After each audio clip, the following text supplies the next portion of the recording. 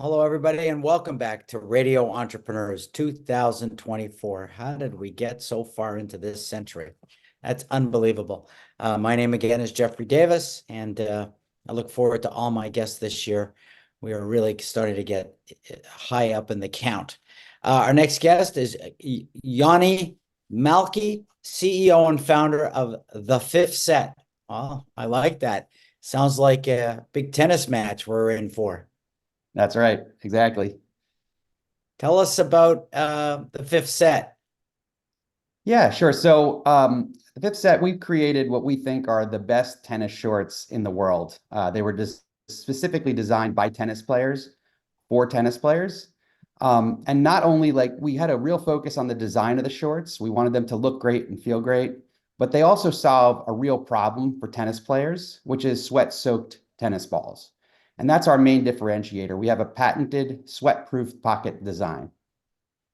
Interesting. I'm a tennis player, probably not as good as you. I mean, I can almost guarantee it, but I play a lot of tennis. But you're in the hot environment more than I am. Yeah. And so that Yeah, could be a real issue, especially in the humidity of Florida where you are. exactly. I think, this has always been a problem for me, also for some of my friends that I play with, even when I was up in New Jersey, but especially for people down here in Florida where it's the humid environment, you're sweating like crazy. And tennis is kind of a unique sport in that it's the only sport where you use your pockets and you're using them on a regular basis to hold the most important thing in the game, the ball. And so once you start sweating, your shorts get soaked, your pockets get wet, and then the ball can get wet too. And I can remember plenty of times where I was playing against a friend and they would go to pull a ball out of their pocket. They were sweating like crazy and they'd come and they'd toss the ball up and serve it. And it would just be gross. I mean, there would just be water spraying off the ball coming right at me. So it was a problem that I figured this is not just me. There's a lot of people out there. I went online, did a bunch of research. There's tennis forums where people talk about it and there was no solution for it. So decided to go forth and figure out how to solve this problem of sweat-soaked tennis balls in the pockets. Tennis balls not sweating. Does that include liner or linerless shorts? Right now, we have three colors: navy blue, black, and white, and no liners. We're starting out small. As you know, when you're starting a company, you want to get your real differentiator right. You want to make sure that you have a product market fit. So we're focused right now on just straight up shorts, no liners, three colors, four sizes, and hopefully in the future, if this is a real problem for all different types of tennis players, and we know that everyone likes different designs, different cuts, different lengths of the inseam, the liners, no liners. We can go down all those different iterations. So, I've read a little bit about your background. If someone were to read your background, they never would have matched you up with this business. So why don't you go back and give us a sense of who you are and your journey to this, because it really is an entrepreneurial journey.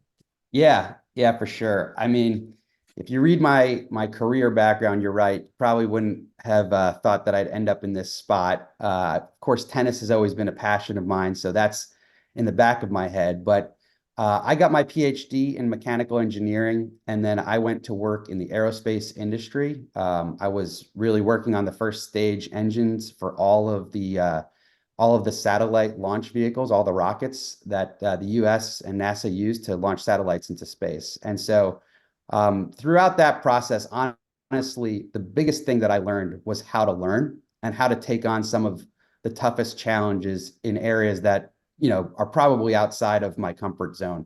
And that really set me up to, I think, start a business like this. As I mentioned, I've always been passionate about tennis, and I wanted to do something in the tennis industry. And when this problem came up, I'm just a natural problem solver. That's kind of how I got into the whole aerospace industry as well. And I just had to solve this problem. So I kind of think of it as like, the when a baseball player is in the on deck circle and practicing their swings with a couple donuts on their bat, and then they can get up to the plate and the bat feels light, they're confident, and they can, hit a home run right from there. So I feel like getting into this industry of tennis shorts with my background in something as challenging as the aerospace industry, you really gave me the confidence to just take on problems as they come, anything that you can imagine that comes with starting a business. So it's been a fun journey and something that I think just shouldn't be hesitant to take on something new outside of your comfort zone. Well, I think the trend in the United States has been towards sports casual clothes for many years. COVID helped facilitate that, and I think people have held on to it.